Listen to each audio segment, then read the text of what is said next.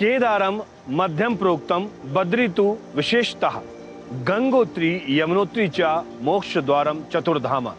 नमस्कार, स्वागत है आप सभी का डीडी न्यूज पर। एक भारत श्रेष्ठ भारत में मैं हूं आपके साथ मनीष वाजपेयी।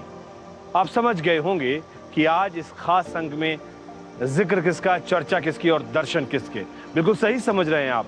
हम सफर कर रहे हैं, हम यात्रा शुरू कर रहे हैं चार धाम की। और चार धाम की यात्रा का मतलब है अंतर्मन से, या यूं कहें कि बहिर्मन से अंतर्मन तक की यात्रा है। स्वयं से होकर परमार्थ के कल्याण की ये यात्रा है। ये यात्रा है अपने आप के शुद्धिकरण की। ये यात्रा है परमात्मा से मिलन की। इस यात्रा के अनंत आयाम हैं, अनेक रूप हैं, और इन तमाम रूपों के बारे में और तमाम आयामों के बारे में हम आपको बताने वाले हैं अपने इस खास कार्यक्रम में। तो चलिए हमारे साथ इस चार धाम की यात्रा पर निश्चित तौर पर एक आध्यात्मिक माहौल में आप अपने आप को खुद को पाएंगे। तो शुरू करते हैं अपनी इस यात्रा को।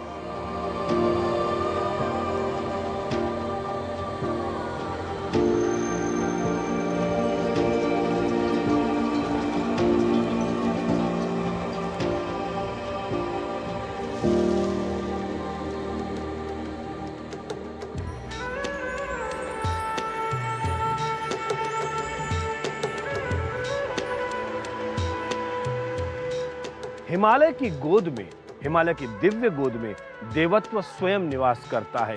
एक तरफ जहां पर यमुनोत्री निर्मलता का प्रतीक है, तो वहीं गंगोत्री आत्मा की शुद्धता की परिचायक है। अगर हम बात करते हैं बाबा केदारनाथ की, तो तप, त्याग, तपस्या, साधना के प्रतीक माने जाते हैं।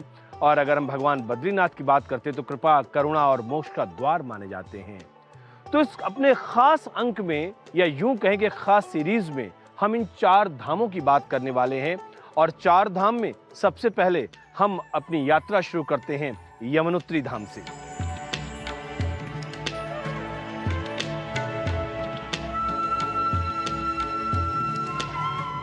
उत्तराखंड के दौरे पर लगातार चल रहे हैं और रात में बड़कोट में विश्राम करना पड़ा, क्योंकि मौसम बहुत खराब था और मौसम विभाग की तरफ से चेतावनी भी जारी की गई कि आगे रास्ता खतरनाक हो सकता है या कहीं पहाड़ पे पत्थर जो हैं गिर सकते हैं।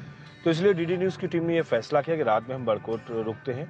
और अब बड़कोट में रुकने के पश्चात सुबह हम यमुनोत्री की तरफ प्रस्थान करें। लगभग 2 घंटे का अप्रॉक्स ये रास्ता है। और उसके पश्चात यमुनोत्री की जो चढ़ाई है वो लगभग 2 से 3 घंटे का वो सफ़र रहता है, जिसमें कि हम चढ़ाई करेंगे और उसके बाद फिर वहाँ से उतरेंगे।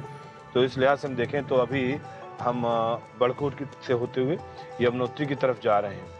अगर हम यमुनोत्री धाम की बात करें तो काफ़ी महिमा बताई जाती है और ये माँ यमुना का उद्गम स्थान है, इसलिए भी बड़ा महत्वपूर्ण है। इसके अलावा जो कथाएं और किंवदंतियाँ, कहानियाँ हैं वो तो अनंत हैं, उसके बारे में हम अलग से चर्चा करेंगे। लेकिन फिलहाल ये यात्रा चल रही है, तो चलिए आगे भी आपको हम बताते रहेंगे आगे क्या कुछ सफ़र में रहने वाला है, यात्रा में क्या कुछ होने वाला है, हम आपको बताते भी रहेंगे और दिखाते भी रहेंगे। तो फिलहाल सफ़र आगे की तरफ चल रहा है और हम लगातार पुल और कई मोड़ से होते हुए, कई किनारे किनारे नदियों को देखते हुए लगातार जो माहौल जो दिख रहा है, चार धाम की यात्रा जो चल रही है, उसमें हम देखते हैं कि जो पीजी हाउसेज हैं या जो होम स्टेज हैं या जो होटल्स हैं, टूर्स, ट्रैवलर्स, गाइड्स, सबके पास इतना काम है कि मुझे लगता है कि धर्म के, आस्था के नाम पर लोग कितना आगे बढ़ चुके हैं। ये अगर देखना हो तो आप चार धाम यात्रा की तरफ आइए। मुझे नहीं लगता कि शायद यहाँ कोई भी व्यक्ति खाली है। अगर वो सब्जी बेचने वाला है तो उसकी सब्जी बिक रही है। किसी भी व्यवसाय में किसी भी तरीके का कोई भी व्यक्ति है, तो फिलहाल इन महीनों में जब चार धाम की यात्रा चलती है, तब ये लोग बहुत ज़्यादा बिजी होते हैं। और मुझे लगता है कि शायद जो साल भर की कमाई है वो इन महीनों में वो करते हैं। और परमात्मा कहते हैं ना कि हर किसी को जीने का साधन देता है, आजीविका का साधन देता है। तो वो मुझे यहाँ पर भी दिख रहा है। आप देखिए साइड में कितने सारे यहाँ पे लोग दिख रहे हैं। तो चलिए चलते हैं और आपसे बात करते रहेंगे।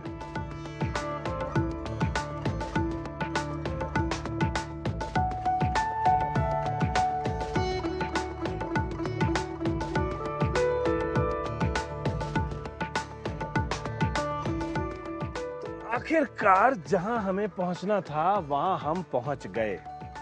उत्तर काशी जिले में यमुनोत्री का ये धाम, अगर हम हिंदू धर्म या सनातन धर्मों की बात करें तो ख़ास तौर से इसका बड़ा महत्व माना जाता है। ये देख रहे हैं ना आप, 0 किलोमीटर यानी कि जानकी चट्टी जगह है और यहाँ से हम पैदल चलेंगे यमुनोत्री धाम की तरफ। और यहाँ पर जब हम आते हैं ना तो बिल्कुल मन बहुत खुश हो जाता है। वो इसलिए कि चारों तरफ आप जरा निगाह डालिए, और जब आप निगाह डालेंगे तो आपको दिखाई पड़ेगा बादल दिखाई पड़ रहे हैं, पर्वत श्रृंखलाओं पर जो ये बर्फ है वो दिखाई पड़ रही है। ये स्थान अपने आप में ग्लेशियर के लिए जाना जाता है। और यमुनोत्री यानी कि 4 जो प्रमुख धाम उत्तरकाशी में या उत्तराखंड के जब हम 4 धाम की यात्रा की बात करते हैं तो यहाँ पर यमुनोत्री पहला वो पड़ाव है। 4 धाम यात्रा की शुरुआत आप यमुनोत्री से करते हैं।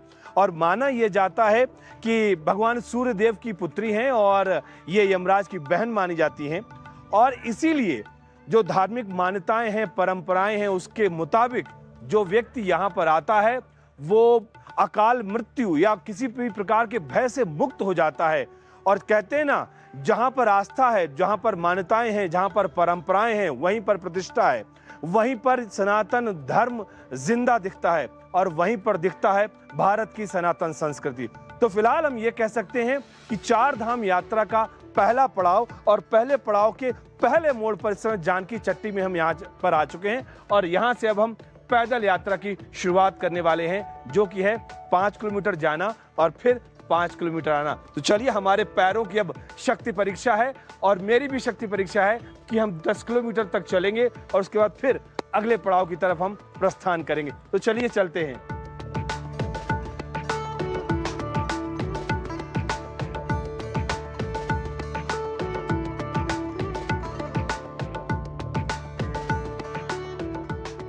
जब आप जानकी चट्टी पे आते हो तो इन जैसे तमाम भाई आपको मिलेंगे और ये आपकी सेवा में तत्पर हैं। क्यों? क्योंकि जो लोग पैरों से चल नहीं सकते, जिन्हें लगता है कि भाई हम थक जाएंगे, हम नहीं चल पाएंगे, हमें चक्कर आएंगे, तो उनके लिए भी ये सब लोग खड़े रहते हैं। और ये सब लोग यानी खच्चर वाले भी हैं, पालकी वाले भी हैं। अलग अलग रेट होते हैं, लेकिन आमतौर पर अगर आप पहले से एक प्रीपेड पर्ची कटवा के आएंगे तो ज़्यादा बेहतर लगेगा। और पर्ची कहाँ पे कटवाते बताइए? थोड़ा आगे आप पर्ची कटवाएंगे, 100 मीटर यहाँ से आगे लगभग 3500 रुपए की खच्चर वालों की पर्ची कटती है। और 8000 के समथिंग अगर आप देखेंगे तो जो पालकी पे बैठा के लेके जाते हैं तो वो भी पर्ची कटती। तो आप चाहें तो अपने पैरों को कष्ट दें या अपनी परीक्षा करें कि आपके अंदर कितनी ताकत है। और आप चाहें तो यहाँ पर खच्चर वालों की सेवा ले सकते हैं, पालकी वालों की सेवा ले सकते हैं।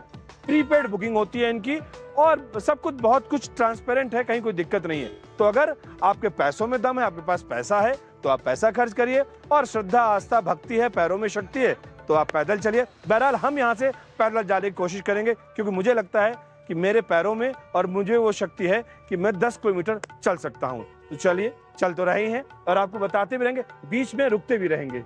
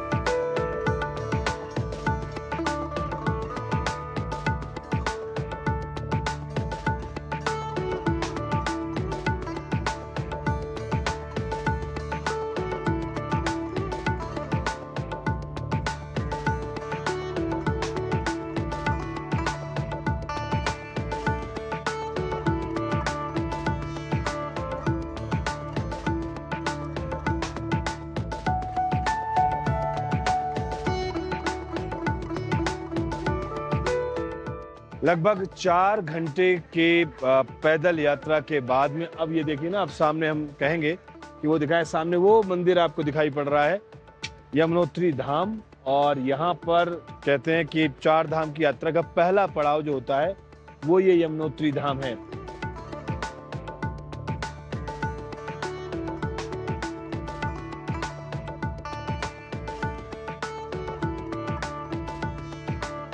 पीछे जो है ये कालिंदी पर्वत इसको बोलते हैं, जहां पर यमुनोत्री धाम आपको दिख रहा है।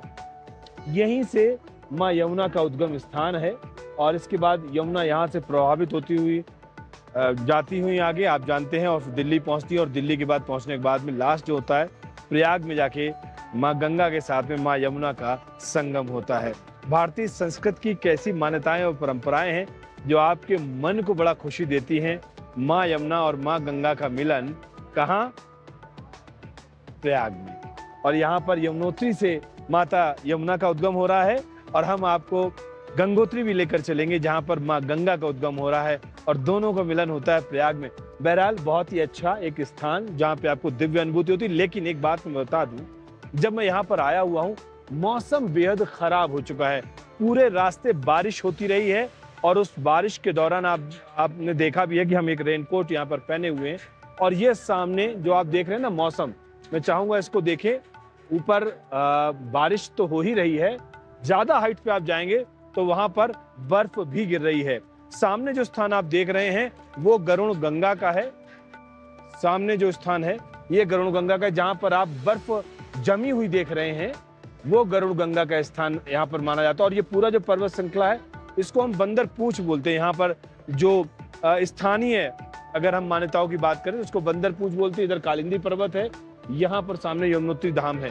तो ये सारी चीजें हम आपको बता रहे हैं। यहाँ पर आने के बाद में सारी थकान फिलहाल खत्म हुई है। ये मुझे लगता है लगभग 3200 या 3300 मीटर की ऊंचाई पर ये यमुनोत्री धाम यहाँ पर है। और जैसा हमने पहले भी बताया कि पहला पड़ाव है 4 धाम की यात्रा का। तो चलिए अब चलते हैं आगे और आपको दिखाते हैं कैसे वहां पर लोग हैं, कितनी लाइन वहां पर लगी हुई है, वो भी हम आपको दिखाते हैं। तो चलते हैं आगे।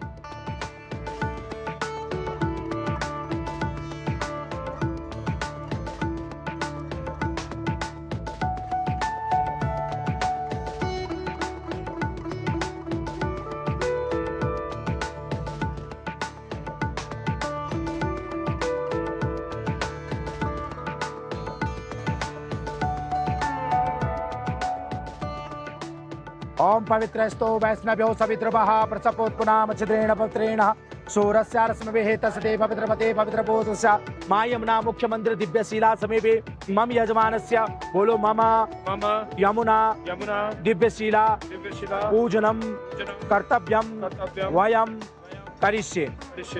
ओम हरि ओम मा हरि ओम श्रेष्ठते लक्ष्मीश्चते सर्वपापो हरो भव नाना सुगंध पुष्पाणि यथा कालो भवानि च पुष्पांजलि मार्दत्तम ग्रहणाम परमेश्वरी मंत्र पुष्पांजलि समर्पयामि भगवती यमुना दिव्ये नमो नमः।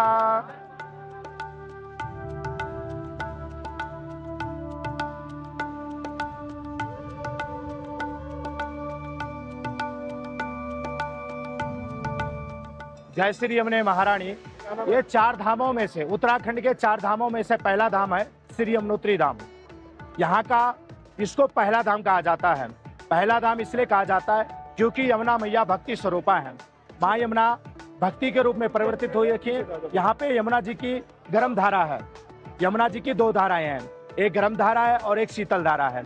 शीतल धारा यहाँ से भी यमुनोत्री से भी 14 किलोमीटर दूर सप्तऋषि नामक स्थल से निकलती है, जो दुर्गम पर्वत शिखर निवासिनी दुर्गति नाशिनी सूर्य सुते दुर्गम पर्वतों से माँ यमुना जी निकलती है, जिसलिए कलयुग का प्राणी वहां पे जा नहीं सकता है। दुर्गम पर्वत है, इसलिए इस स्थान पे जयमुनि नामक ऋषि ने माँ यमुना जी की तपस्या करी और यमुना जी को इस स्थान से प्रकट किया, इसलिए हम यमुना को एक जमुना भी कहते हैं। भारतवर्ष के 4 धाम उत्तराखंड है। यमुनोत्री कर्म और भक्ति है। माँ यमुना सूर्य भगवान की पुत्री है, यमराज और शनिदेव महाराज की बहन है। कृष्णम प्रिय कृष्णम वंदे जगत गुरु, जो सबका गुरु है उसकी मैं महारानी। यमुना मैया के केवल महारानी बोला गया, सर्वश्रेष्ठ। यमुना जी के 16,108 नाम है, उसमें यमुना मैया को कालिंदी को कृष्णम प्रिय चतुर्थ पटरानी बोला गया, महारानी बोला गया। हम सभी देश एवं प्रदेश वासियों से जैसे एक अनंत श्रद्धा, अटूट श्रद्धा पूरे भारतवर्ष से आते हैं।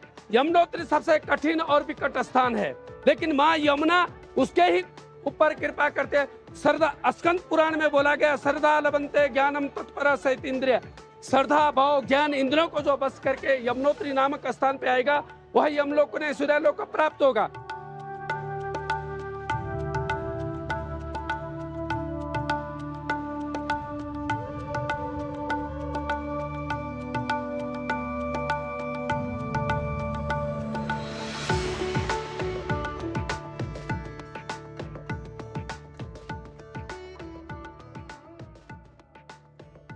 चारधाम यात्रा तो एक भारत श्रेष्ठ भारत की श्रेष्ठ प्रस्तुति है।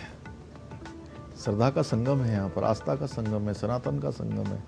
यहाँ पर केरल से भी दर्शनार्थी पहुँचते हैं, श्रद्धालु पहुँचते हैं। और सबसे बड़ी बात है कि हमारे बद्रीनाथ धाम के जो रावल होते हैं वो वहीं से आते हैं।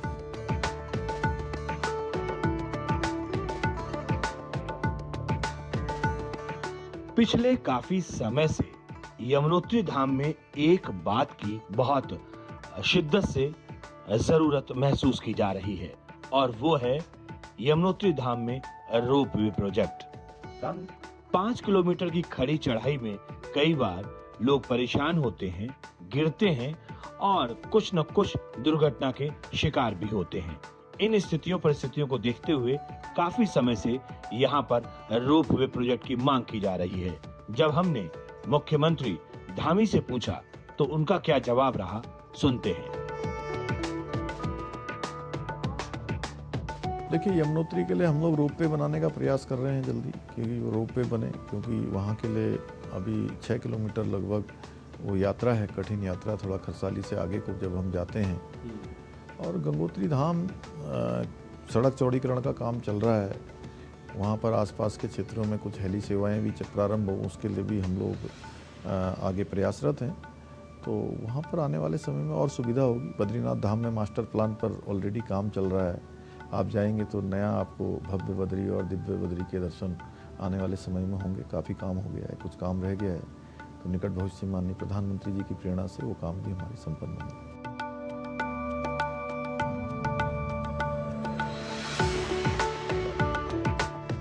उत्तराखंड में चार धाम यात्रा मार्ग में हम ऐसे कई पड़ाव से गुजरे जहां पर राज्य में चल रहे टनल कार्यों के बारे में भी हमने देखा, जाना और समझा। निश्चित तौर पर यह टनल का निर्माण न केवल समय और संसाधन की बचत करवाएंगे, बल्कि 12 महीने और सभी मौसम में यात्रियों का आवागमन सुचारू रूप से हो पाए, इस बारे में भी अपना योगदान देंगे। केंद्र सरकार और राज्य सरकार के सहयोग से एक बड़ा और बहुत ही महत्वाकांक्षी प्रोजेक्ट, यानी कि साल के 12 महीने और 365 दिन आप अगर चार धाम की यात्रा करना चाहते हैं या इस इलाके में आना चाहते हैं, ऑल वेदर जो रोड्स के कॉन्सेप्ट के तहत, तो आप आ सकते हैं। और इसको करने के लिए क्या कुछ किया जा रहा है, तो ये वो प्रोजेक्ट है जो कि आपको अंदर ही अंदर आपको न केवल रास्ता बचाएगा, बल्कि कहीं ना कहीं आप देख सकते हैं कि आपके आवागमन में सुविधा प्रदान करेगा। लगभग 4551 मीटर की ये टनल यहाँ पर बनाई जा रही है।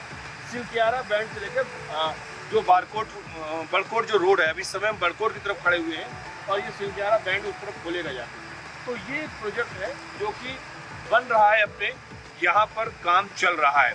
और जाहिर सी बात, जब काम पूर्ण होगा तो न केवल लोगों को 1 घंटे का फासला भी बचेगा, बल्कि मुझे लगता है कि जब समय बचता है, रास्ता आपका आसान होता है, तो आपकी आस्था और बढ़ती है और आप आगे उत्तराखंड के जो चार धाम है वहाँ पर और विजिट करते हैं। टनल प्रोजेक्ट हमारे राज्य के अंदर बहुत सारे चल रहे हैं। वही जो आपने कहा कि इकोलॉजी के साथ साथ इकोनॉमी और इकोलॉजी दोनों का बैलेंस करते हुए वो आगे बढ़ें, उस पर हम लोग विशेष ध्यान दे रहे हैं। हमारे लिए सुरक्षा सबकी सर्वोच्च प्राथमिकता है, उसके आधार पर ही हम आगे बढ़ रहे हैं।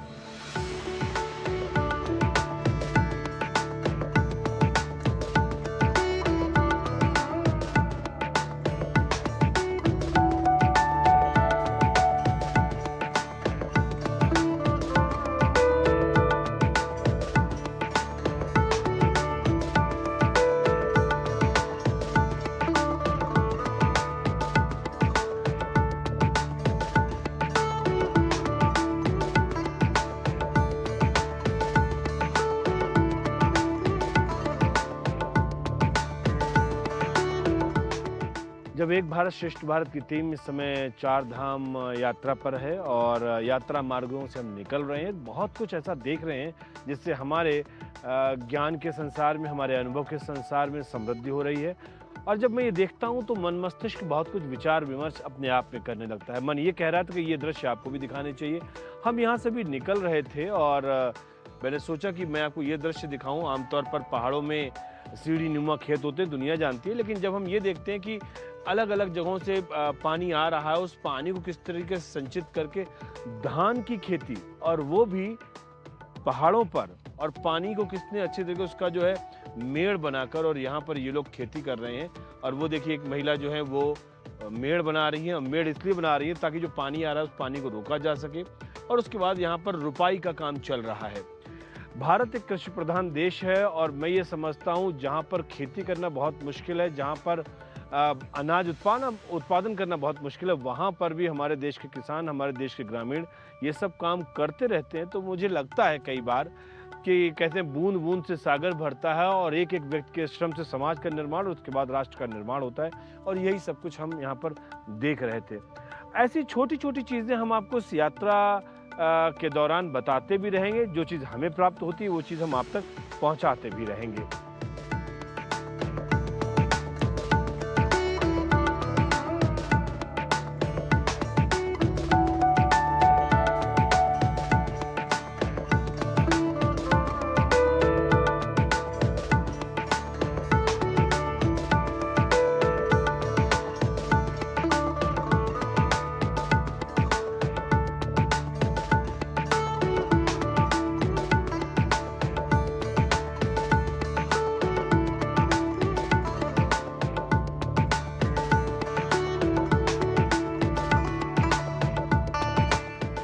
तो चलते चलते फिलहाल पहला पड़ाव आ चुका है, और चूंकि अब ये वक्त भी कह रहा है कि यहीं पर विराम ले लो, यहीं पर थोड़ा ठहर जाओ, क्योंकि इस कार्यक्रम में फिलहाल इतना ही।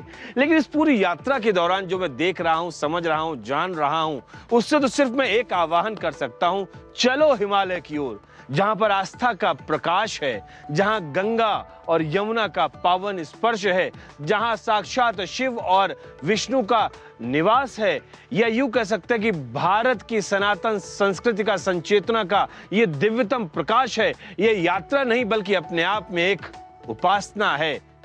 तो फिलहाल इस कार्यक्रम में इतना ही दीजिए मुझे मेरे कैमरा पर्सन राहुल चोपड़ा के साथ अनुमति, लेकिन इस वायदे के साथ कि अभी यात्रा के दूसरे पड़ाव को लेकर मैं हाजिर होऊंगा आपके साथ, आपके समक्ष।